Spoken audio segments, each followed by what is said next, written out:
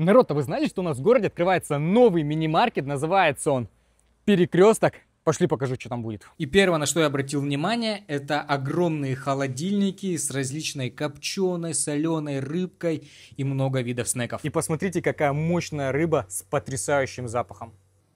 Также в наличии имеется и свежезамороженная рыба. Различные виды полуфабрикатов, мясная и молочная продукция. Ну а для любителей соусов есть целая полочка. Также есть полочка с мыломойкой, где можно купить порошки, памперсы, зубную пасту и другие принадлежности для личной гигиены. Полка с различными сладостями, также крупы, мука. Рай для любителей чая.